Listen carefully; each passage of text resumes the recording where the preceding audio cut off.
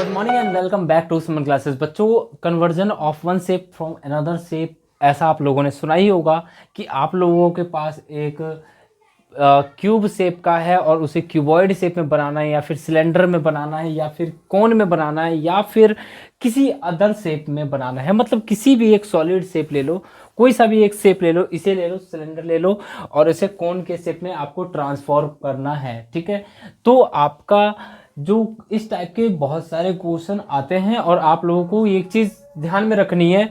ध्यान में आपको सिर्फ इतनी सी बातें रखनी है कि आप लोगों को अगर किसी एक शेप से दूसरे शेप में चेंज करना है तो आप लोगों का एक चीज इक्वल होता है, उसका नाम है VOLUME, वॉल्यूम। मतलब कि वॉल्यूम जो होता है किसी भी शेप को किसी दूसरे शेप में बनाने के लिए चेंज नहीं होता है। उसका जो साइज है, मतलब लेंथ, ब्रेथ, हाइट, ये सारी चीजें चेंज हो सकती है, लेकिन वॉल्यूम चेंज नहीं होगा। सिर्फ व सिर्फ वॉल्यूम ही एक ऐसा चीज है जो कि एक रहेगा। तो अगर हम वॉल्यूम की बात करें तो एक शॉर्ट ब्रीफ लेते हैं और सारे फॉर्मूलों को रिवीजन करते हैं। जो आपका वॉल्यूम ऑफ क्यूबॉइडल होता है, जिसका शेप कुछ इस प्रकार से होता है, लेंथ ये रहा, ब्रेथ ये रहा, हाइट ये रहा। हालांकि मैंने सारे चीज़ों को एक एक करके सही तरीके से, सारे फॉर्मूले को मैंने सही तरीके से समझा रखा है ऑलरेडी, लेकिन फिर भी मैं इसका वॉल्यूम की बात करें तो वॉल्यूम ऑफ जितने भी शेप होते हैं उन सारे शेप के बारे में मैं आज डिस्कशन दोबारा से कर लेता हूं। वॉल्यूम ऑफ क्यूबॉइडल की बात करें तो होता है length into breadth into height.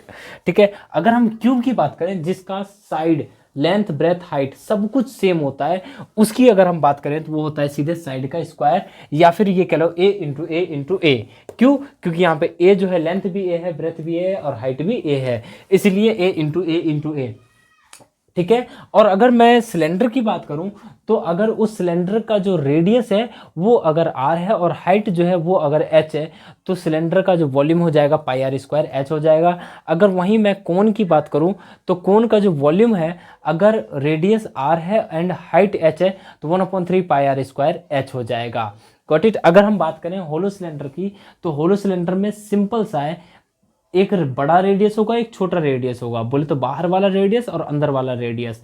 ठीक है, तो इसका बड़ा ही सिंपल फॉर्मूला है पाई एच आर स्क्वायर, जो बड़ा वाला आर है उसका स्क्वायर माइनस में छोटे वाले आर का स्क्वायर। ठीक है, अगर हम बात करें किसका, स्फीयर का, तो आपका आ जाएगा 4/3 पाई आर क्यूब। ठीक है, पाई आर क्यूब।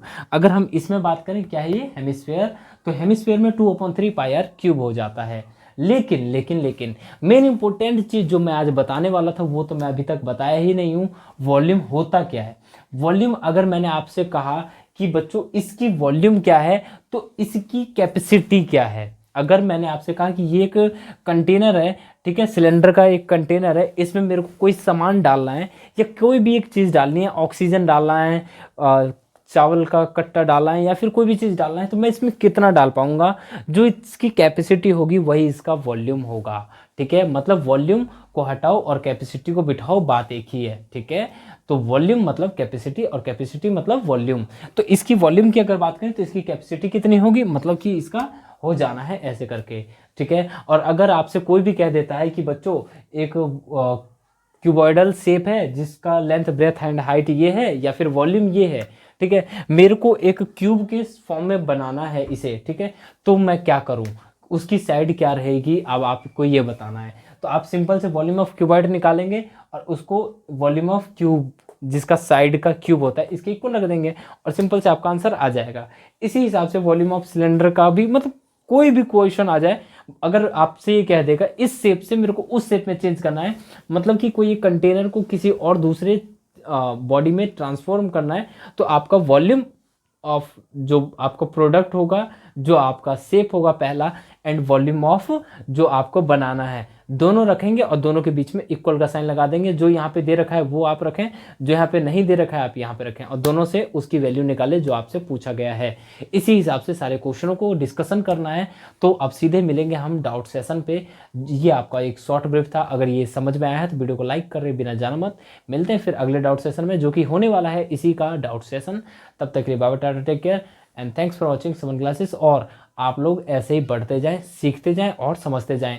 और अगर आप लोगों को समझ में आता है ना तो इसे एक बार नोट डाउन कर लें, वीडियो को पॉज करें, जल्दी से इसे नोट डाउन करें। और तब तक के लिए बाय बाय। ओके।